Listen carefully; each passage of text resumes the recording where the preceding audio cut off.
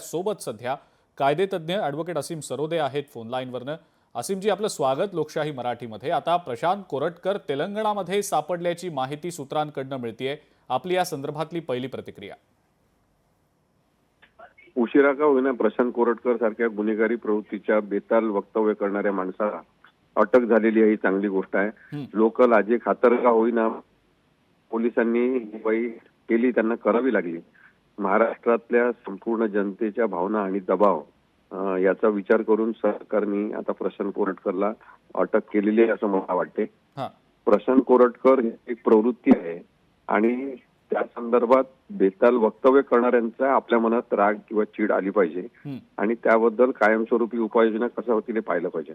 प्रशांत कोरटकरला कोणत्या पोलिसांनी अटक केली मला माहित नाही, पण जर तेलंगणा पोलिसांनी अटक केली असेल तर नागपूर पोलिसांच्या सोबत त्यांनी ती कार्यवाही केली असेल तर त्या कारवाईनंतर कागदपत्र तयार करून प्रशांत कोरटकरला महाराष्ट्र पोलिसांनी ताब्यात घेणं, महाराष्ट्रात आणणं, त्याची वैद्यकीय चाचणी करणं आणि वैद्यकीय चाचणी केल्यानंतर त्याला कोल्हापूर पोलिसांच्या ताब्यात देणं ही लागणार आहे। कारण की मूळ गुन्हा जो आहे तो कोल्हापूरला नोंद, नागपूरला झालेला एक FIR आणि जालना इथे झालेला एक FIR, दोन्ही गुन्ह्यांची सुद्धा ट्रान्सफर म्हणजे ते FIR सुद्धा कोल्हापूरला ट्रान्सफर होतील आणि तिन्ही FIR संदर्भातली आता कोल्हापूर चालेल।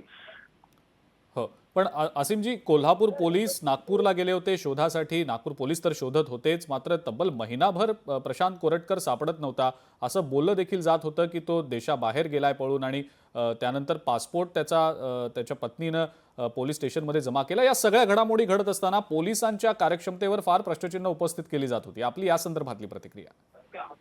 नाही बघा, आपण साधारणतः पोलिसांना बळीचा बकरा ठरवतो, पोलिसांना आपण टार्गेट करतो, परंतु पोलिसांचं इंटेलिजन्स हे जागृत आहे।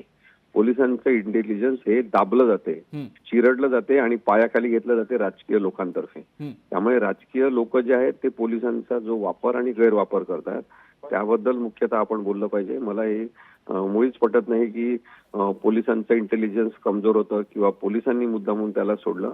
त्यांना सोडायला लावण्यात आलं, पोलिसांना वेठीस धरलेलं आहे आणि मग पोलिसांना वेठीस धरलेले हे राजकीय चेहरे कोणते हे आपल्या सामान्य नागरिकांच्या लक्षात आलं पाहिजे। ठीक आहे असीमजी, खूप खूप धन्यवाद। आपण लोकशाही मराठीशी बोललात, प्रतिक्रिया दिलीत त्याबद्दल। आपल्यासोबत कायदेतज्ञ ॲडव्होकेट असीम सरोदे होते फोन लाईनवरनं आणि त्यांनी पुढे नेमकं आता काय केलं जाईल या संदर्भातली माहिती थोडक्यात दिलेली। लोकशाही मराठी ऐका, पहा, जागरूक रहा।